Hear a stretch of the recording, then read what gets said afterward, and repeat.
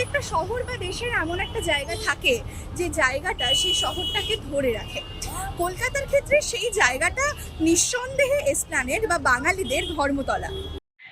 এবারে এসপ্ল্যানেডের মহত্ব লোকে গিজগিজে একটা জায়গা। এর সাথে যদি বলি পলাশির যুদ্ধের সম্পর্ক আছে, বিশ্বাস হবে? না হওয়ারই কথা, কিন্তু আছে। 1757 সালে পলাশির যুদ্ধে যখন ইংরেজরা বিজয় লাভ করলো, ঠিক তার পরের বছর অর্থাৎ 1758 সালে কলকাতার নতুন ফোর্ট উইলিয়াম তৈরির কাজ শুরু হলো ময়দানে।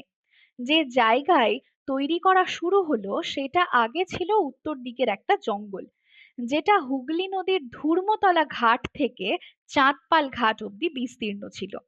এমনিতেই এসপ্ল্যানেড শব্দের অর্থ হলো এমন একটি জায়গা যেটা নদী বা সমুদ্রের পাশে, এবং সেখানে মানুষজন হাঁটাহাঁটি করতে পারবেন।